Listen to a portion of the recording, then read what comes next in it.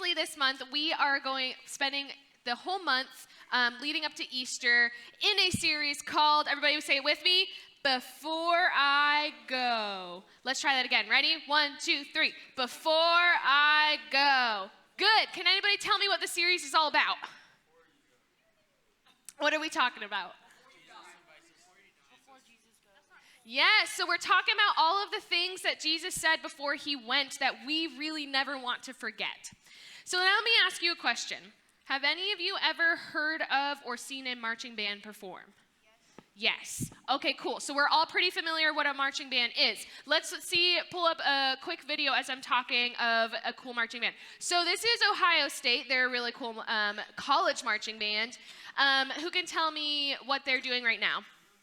The moonwalk. Who is that representing? Michael Jackson. Isn't that so cool?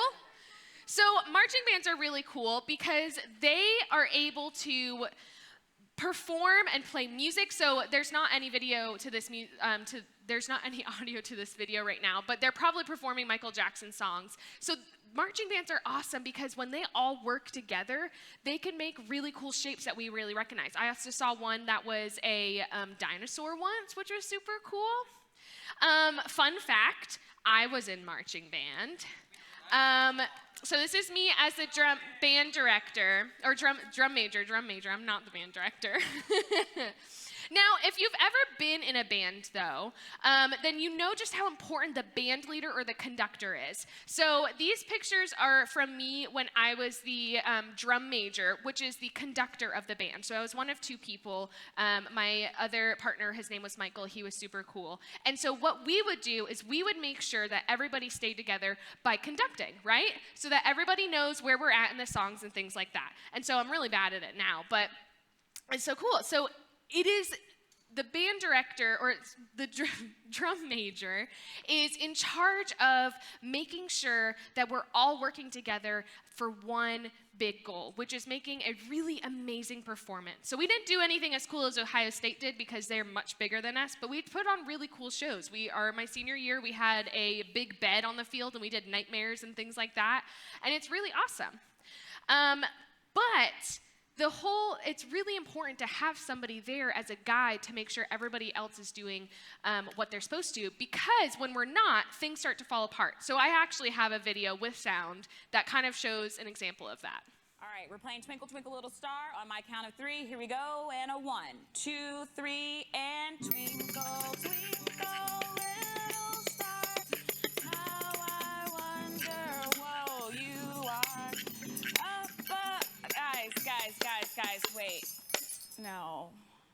So obviously you could see, even when just one person isn't working with everybody else, it could really make things fall apart and start reaching your goal really difficult, right? In other words, it tends to cause a lot of disunity. Does anybody know what the word disunity, has anyone heard it before? Do you know what it means?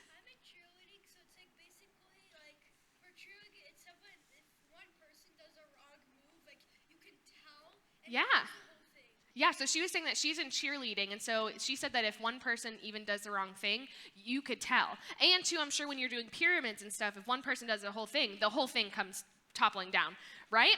So maybe you've heard the word of unity before. So we'll pull up the definition of unity here. So unity is when everyone is working together towards the same goal. So kind of like in cheerleading or in marching band, everybody, all of those people is working towards something, whether that's a performance or doing a really cool pyramid and back springs and handstands. I don't know what cheerleaders do.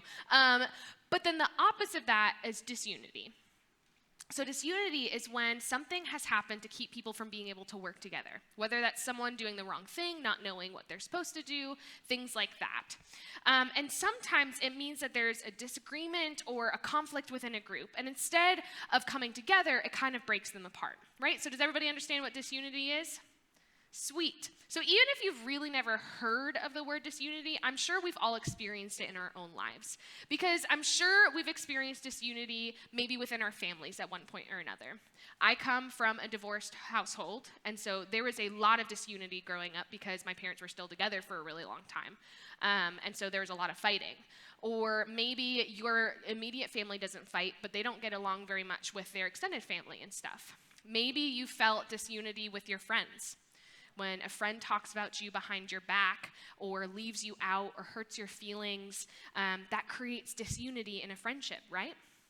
And then another really big thing is I know that we have all seen disunity in our community, right? You see, people are divided over opinions like things like race and justice, politics, sexuality. Right now it's about dressing up in drag or dressing up in opposite gender. And it creates a lot of separation and a lot of cracks down the middle when it's supposed to be people coming together, right? Take a second to think of where maybe you've seen disunity this week. And just not shout it out loud, just think about it in your head for a second. Was it at home? At school or on a team, in your community? Everybody got it? Because I'm sure disunity is a very fun thing that everybody deals with a lot, which is why we're talking about it. So when not everyone has the same goal in mind, things can go really wrong really fast, right? When just one person stops working together with the rest of the group, it can create some major disunity. And when this happens, we really feel it. We feel frustrated with the other person or the group that has caused the disunity. We feel like we can't make any progress because we're not working together. I'm sure all of us have experienced that in a group project, right? Yeah, group projects stink when it comes to disunity. And anytime there's disunity in the group, it causes division. That's basically what disunity is a division in the group instead of coming together. It disrupts or breaks up the group, and it's not good.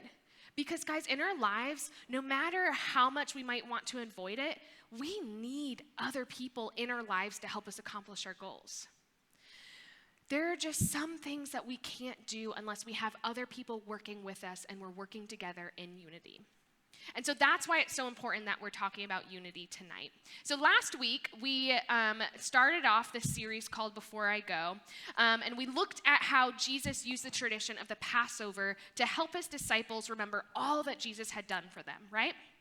And now we may call this the Last Supper because we know now that this was the last meal that Jesus ever had with his disciples or any followers of Jesus before he died or he was killed. And so after this supper, the disciples go off to this garden called the Garden of Gethsemane. Can you say Gethsemane? Cool. It's a little funny of a word. You could actually visit it today in Israel, which is really awesome. But so they were all going there, and they were spending some time in prayer. And so think about this for a minute. If you could pray for anything right now, what would you pray for?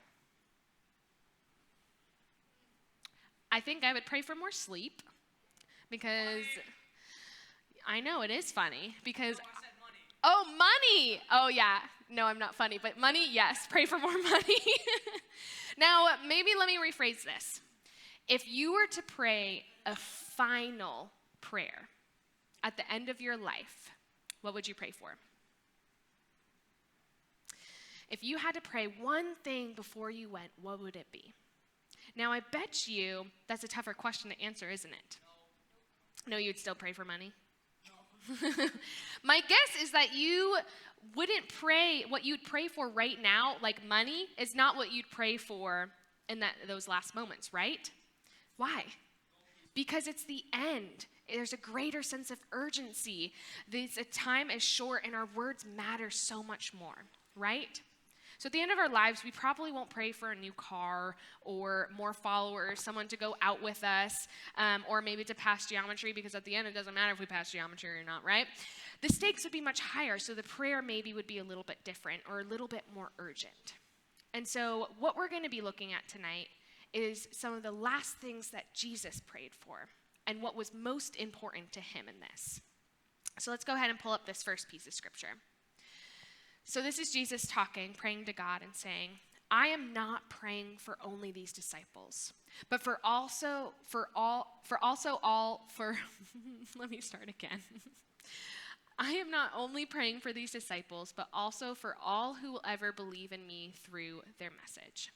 So what we're seeing here is Jesus prays for his disciples and all who will ever believe, right? So that is us. So Jesus in his last moments is literally praying for us right now, which is really cool. In his last moments, Jesus prayed for those who would follow him personally, who would have a relationship with him even until today.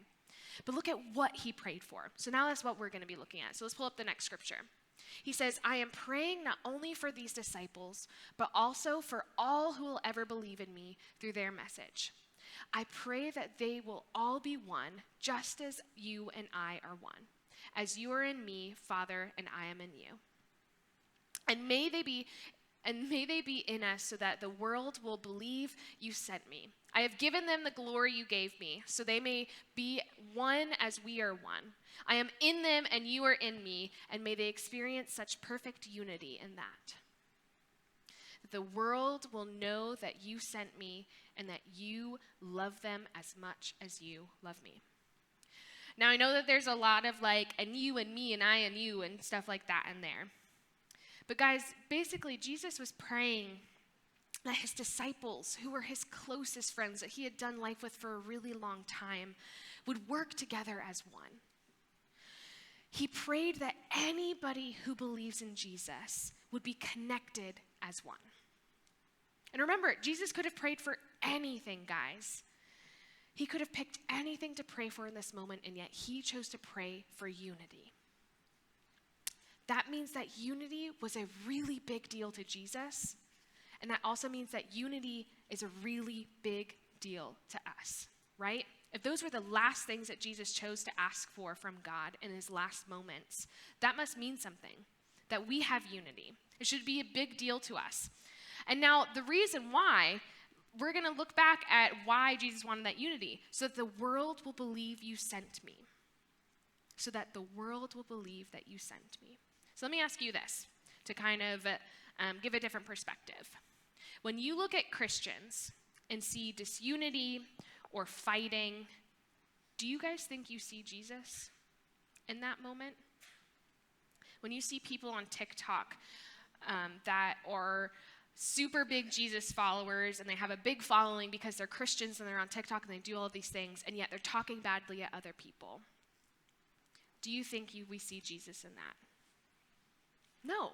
For me, I see the very opposite of what Jesus prayed for and everything that Jesus taught and stood for, right? I don't think that kind of division makes anybody want to be a part of the church or anybody to want to be a Christian. Jesus knew that disunity in the church or among people who believe in Jesus would hurt the spread of his message, would hurt other people meeting Jesus. He knew that there was power in unity, right? It has the power to bring all of us together for one united thing. It has the power to demonstrate who God is and how much God cares and loves every single person, not just us in this room, right? See, Jesus prayed for unity so that people would experience God's love. That's the most important thing when it comes to unity, guys. And here's the thing. Unity doesn't mean that we all look the same, act the same, think the same things, believe in the same stuff. It just means that even with our differences, we choose to work together towards a common goal. And so for Jesus, that goal was showing God's love to every single person. And so that could be a really great goal for us to start with, is to unify together so that we can show God's love to every single person that we meet, right? Think back up to that marching band thing that we talked about earlier. Not everybody plays the same instrument, right? Or maybe you're on a team. Not everybody plays the same position. Or what about your small group? Not everybody thinks or acts the same. You guys are all unique. You bring different perspectives to the table when it comes to even your small groups. But guys, when you play a really amazing performance or a concert or have a great experience with your small group or win a game, that feels really amazing, right? You're on a mountaintop high. And that is the results of being unified together, because you guys came together for one unified goal, whether that was winning a game, doing a performance, talking about God together in a safe place. And the same is true for us as believers. Guys, in the beginning, when God made humans, God made humankind in his image. So when people look at you, when they see the work you do to create unity in your families, in your friendships, your schools, or in your community, they see who God is and who Jesus is. And that's ultimately our goal, to emulate who Jesus was when he walked on this earth, which is basically the embodiment of love. That is all it comes down to, is to love God with everything we have and love other people the same as that we love ourselves. In a world that is so divided, unity is truly what stands out. It shows that there is so much more that we can do together than what we could ever do alone. What I'm trying to say is that unity starts with us. Because I don't know about you, but for me, it is real easy to just sit back and wait around for someone else to create unity. Oh, I'm not the right person for it. I'm not going to do it in the right way. We feel the disunity, but oftentimes we don't do anything to change it. And so that's my challenge. Jesus prayed that we would be brave enough to be the ones that created unity in the spaces that we are at, so there could be peace, so that there could be love together, laughter, friendship. And so I think we could start by doing a couple of things. So one, start by looking for the disunity. Is it happening at home, at school, on a team, in your community? And then the second one is to identify what is causing the disunity. So that's an important part. When you know what's causing it, oftentimes you can take a step to change it, right? When you know the cause of the disunity, then you know what to do to turn it around.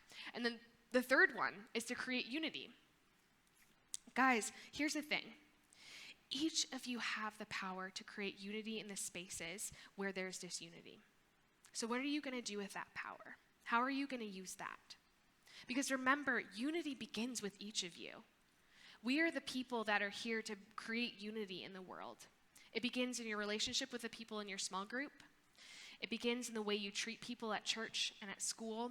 It begins with the way that you talk about people here at church, about how we treat people from other churches or other beliefs. It begins with how you react to someone who follows Jesus that really frustrates you. Now, that's something I'm calling myself out at. We talked about this last week at our Bible study, and I said I was having a hard time to pray for and ask for help in creating unity in the places to where I saw Christians causing harm. And so that's something that I need to work on. And guys, it begins when you realize that your family also isn't exempt from Jesus' prayer for unity. And so my challenge and my question for you guys tonight as you head to small groups is, what's one way that you can choose to cause unity in your groups today and this week and when you go back to school next week?